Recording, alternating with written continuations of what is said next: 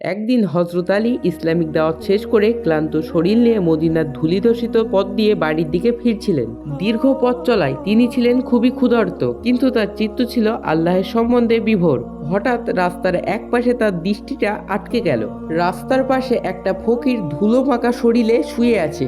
লোকটির হাড়গুলো চামড়ার উপর দিয়ে যেন ভেসে উঠেছে, চোখ দুটো কোটরাগত, বোঝাই যাচ্ছিল তিনি মৃত্যু সজ্জায়। হযরত আলী সেই বৃদ্ধ লোকটার কাছে গিয়ে সালাম দিলেন, আসসালামু আলাইকুম, কিন্তু কোনো উত্তর এলো না। হযরত আলী একটু অবাক হলেন, ভাবলেন তিনি হয়তো শুনতে পায়নি। হযরত আলী আবারও সালাম দিলেন, কিন্তু বৃদ্ধ লোকটা চোখ খুলে রাগান্বিত অবস্থায় হযরত আলীর দিকে তাকালো। সেই বৃদ্ধ লোকটা তখন হযরত আলীকে চিৎকার দিয়ে বলল, কে আপনি? আমাকে সালাম দিয়ে কি হবে? সালাম দিয়ে কি হবে? সালামের কি কোনো স্বাদ রয়েছে? আমি 5 দিন ধরে কিছুই খাইনি, আমার ক্ষুধার জ্বালায় আমার শরীরটা শুকিয়ে যাচ্ছে, আর আপনি এসেছেন আমাকে সালাম শোনাতে? পারলে আমাকে একটু খাবার দিন, না হলে এখান থেকে চলে যান। হযরত আলী মুহূর্তের জন্য থমকে গেলেন। হযরত আলীর মনে মনে খুবই রাগ হলো, কিন্তু ঠিক সেই সময় হযরত আলীর কোরআনের একটি আয়াত মনে পড়ে গেল, যেখানে আল্লাহ বলেছেন, সাহায্য প্রার্থীকে কখনো ধমক দিও না।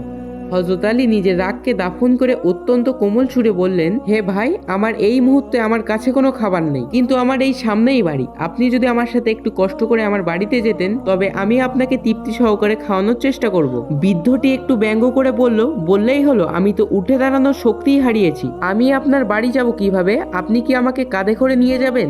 আলী রাদিয়াল্লাহু তাআলা বিন্দুমাত্র দ্বিধা না করে সেই ধুলো মাখার বৃদ্ধকে নিজের কাঁধে তুলে নিলেন। মদিনার তপ্ত বালু মারিয়ে তিনি যখন বাড়ি পৌঁছালেন, তিনি মেহমানকে অত্যন্ত যত্ন সহকারে তিনি উঠানে শুইয়ে দিলেন। ঘরের দরজায় গিয়ে আলী সালাম দিলেন। ভিতর থেকে হযরত ফাতিমা সালামের উত্তর দিয়ে দরজাটা খুললেন। বুক ফেটে যাচ্ছিল ফাতেমার করুণ দশা দেখে। ক্ষুধার যন্ত্রণায় ফাতেমার 2 চোখের নিচে কালো দাগ পড়ে গেছে, আর কণ্ঠস্বর ক্ষীণ হয়ে এসেছে। ফাতেমা তখন আলী রাদিয়াল্লাহু তাআলা আনহুকে বললেন, 3 দিন ধরে আমাদের চুলোয় কোনো আগুন জ্বলে না, আমাদের হাসান হুসাইন ক্ষুধার জ্বালায় ছটপট করতে করতে ঘুমিয়ে পড়েছে। আলী রাদিয়াল্লাহু তাআলা তখন থমকে দাঁড়ালেন।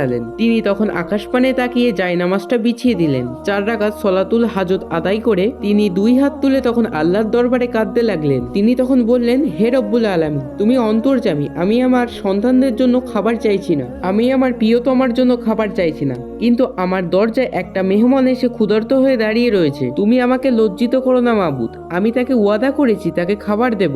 হঠাৎ ঘরের এক কোণে জান্নাতি সুগন্ধ ছড়িয়ে পড়ল। আলী রাদিয়াল্লাহু তাআলা তখন চোখ মেলে দেখলেন একটি থালায় জান্নাতি খাবার রয়েছে। সেই সুগন্ধে হাসান হোসেন জেগে উঠে তার আব্বাকে লক্ষ্য করে বললেন, আব্বু, মা তো আমাদের খাবার দিতে পারেনি, তুমি কত ভালো, আমাদের জন্য তুমি জান্নাতি খাবার এনেছো।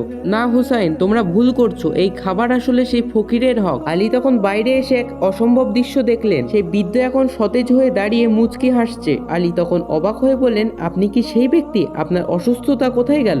বৃদ্ধটি এবার মধুস্বরে উত্তর দিল, ওয়ালাইকুম আসসালাম ইয়া আলী, আমি দুনিয়ার কোনো ফকির নয়, আমি আল্লাহর ফেরেশতা। আল্লাহ দেখতে চেয়েছিলেন আপনার ত্যাগের সীমা কতটুকু।